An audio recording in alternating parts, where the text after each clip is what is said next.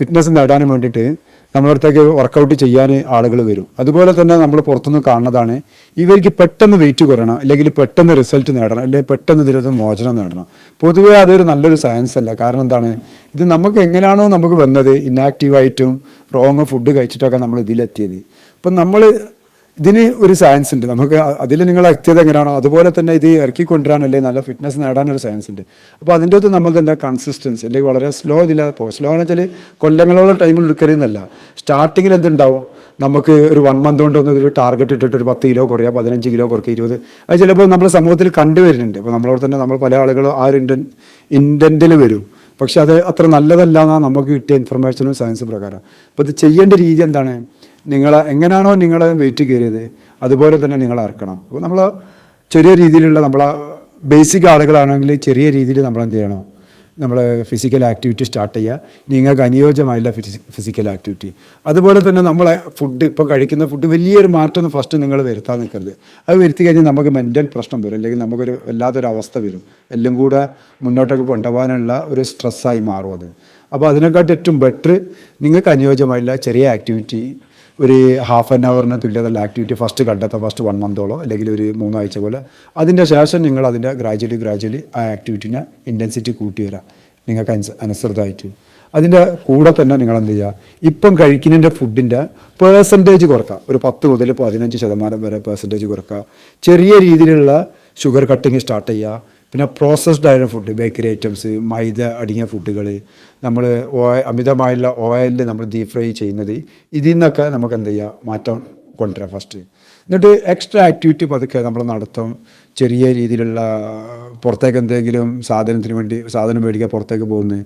അതേപോലെ തന്നെ നമുക്ക് വീടുകളിൽ സ്റ്റെയർ ഉണ്ടെങ്കിൽ, അല്ലെങ്കിൽ ഫ്ലാറ്റിലാണെങ്കിൽ സ്റ്റെയർ കയറാം. കുറച്ച് ഔട്ടിൽ നമ്മൾ എന്ത് ചെയ്യുക, ചെറിയ ആക്ടിവിറ്റി ഒക്കെ ചെയ്യുക. ഇങ്ങനെ എക്സ്ട്രാ ആക്ടിവിറ്റി 10-15 മിനിറ്റൊക്കെ ചെയ്തുകൊണ്ട് നിൽക്കുക. അപ്പോൾ നിങ്ങളെ കലോറി എന്തെങ്കിലും ഡെഫിസിറ്റ് മാറ്റം വരും. അപ്പോൾ ഈ പൊതുവെ ആഹാര രീതിയിലുള്ള പ്രശ്നം എന്താ, നമ്മളെങ്ങനെയാണ് നമ്മളെ തടിയിലോ അല്ലെങ്കിൽ ഈ ആരോഗ്യാവസ്ഥയിൽ നമ്മളെത്തിയത്, നമുക്ക് വേണ്ട ഫുഡ് അതിനെക്കാട്ടി എത്രയോ കൂടുതൽ നമ്മൾ കഴിക്കുന്നുണ്ടാവും. എസ്പെഷ്യലി നമ്മൾ പുറത്ത് പോയി കഴിക്കുക, ഒരു ദിവസത്തെ ആഹാരത്തിന് പകരം നമ്മൾ ഒരു നേരം തന്നെ ഒരു ദിവസത്തെ ആഹാരം കഴിച്ചിട്ടുണ്ടാവും. അപ്പം അതിൽ തന്നെ ആദ്യം മാറ്റം കൊണ്ടുവരിക. നമ്മളെ മനഃപൂർവ്വം അല്ലെങ്കിൽ ആ സമയത്തൊക്കെ നമ്മൾ കുറച്ച് ബോധം ഉദിക്കുക. നമ്മൾ അതിനെ ചെറിയ രീതിയിൽ ഫുള്ള് നിങ്ങൾ ഒഴിവാക്കണമില്ല. ആ ഒരു സിനാരിയോയിൽ നിങ്ങൾ പങ്കെടുക്കുക, അല്ലെങ്കിൽ നിങ്ങൾ ഹോട്ടലിൽ ഫുഡ് കഴിക്കാതെ നിങ്ങളെന്ത് ചെയ്യുക, അതിൻ്റെ ക്വാണ്ടിറ്റി കുറച്ചും കൊണ്ട് ഒരു അഡ്ജസ്റ്റ്മെൻറ്റ് നടത്താം.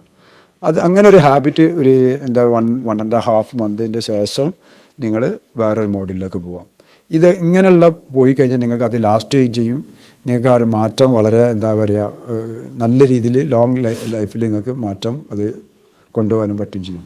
അപ്പോൾ ഇതിൻ്റെ പൂർണ്ണ ഒരു രൂപം എന്താണെന്ന് വെച്ചാൽ വളരെ ഈസി ആയിട്ട് പറയുകയാണെങ്കിൽ, നിങ്ങൾക്ക് തുല്യതല്ല, ഓരോ ആളുകൾക്കും തുല്യതല്ല വർക്കൗട്ട് ഒരു ഹാഫ് ആൻ അവർ നിങ്ങൾ സെലക്ട് ചെയ്യുക. ആഴ്ച 4 പ്രാവശ്യമായാലും ഓക്കെയാണ്. 3 to 4 days വരെ ബിഗിനിങ് മതി. അതുപോലെ തന്നെ നമ്മുടെ ഫുഡിൽ എന്ത് ചെയ്യാറെന്ന് വെച്ചാൽ, ഒരു 10 മുതൽ 15% ഇപ്പം കഴിക്കുന്ന ഫുഡിൽ നിങ്ങൾ മാറ്റം കൊണ്ടുവരാം. അതുപോലെ തന്നെ ചെറിയ എക്സ്ട്രാ ആക്ടിവിറ്റികളൊക്കെ കണ്ടെത്താം. നിങ്ങളുടെ സ്റ്റെപ്പ് കയറുന്ന, വീട്ടിൽ നിന്ന് എന്തെങ്കിലും സാധനം വേണമെന്നുണ്ടെങ്കിൽ പുറത്ത് പോയി നടന്ന് പോയി ക്യാരി ചെയ്ത് കൊണ്ടുവരുന്നത്, ഇങ്ങനത്തെ ചെറിയ ആക്ടിവിറ്റിയൊക്കെ കൊണ്ടുവരാം. പിന്നെ വീക്കെൻഡിൽ എന്തെങ്കിലും ഗെയിംസിൽ, വളരെ ലളിതമായിട്ടുള്ള ഗെയിംസിലൊക്കെ നിങ്ങൾ ഉൾപ്പെടുന്ന, ഇതൊക്കെ ചെയ്തിട്ട് നമുക്ക് ആക്റ്റീവ് ആവാൻ തുടങ്ങുക. ഇങ്ങനെ ചെയ്താൽ തന്നെ നിങ്ങൾക്ക് നല്ല ഫിറ്റ്നസ് നേടാൻ പറ്റും. ഇതിൻ്റെ ശേഷം നിങ്ങളെ ഇൻറ്റൻസിറ്റി ഒരു 1.5 മാസത്തിൻ്റെ അല്ലെങ്കിൽ 2 മാസത്തിൻ്റെ ശേഷം ചെറിയ നിങ്ങൾ ഇൻറ്റൻസിറ്റി കൂട്ടാം. ഇങ്ങനെ ആയിരിക്കണം നിങ്ങളെ ഈ ഫിറ്റ്നസ് ജേണി.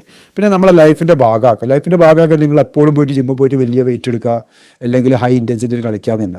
ഈ ആക്ടിവിറ്റി നിങ്ങൾ വീട്ടിൽ നിന്നാലും വേണ്ടില്ല, അപ്പോൾ ഔട്ടിൽ നിന്നാലും വേണ്ടില്ല, ജിമ്മിൻ്റെ ഉള്ളിൽ നിന്നാലും വേണ്ടില്ല, നിങ്ങൾക്ക് തുല്യതല്ല half an hour workout, minimum half an hour നല്ലതാണ് കൂടണം.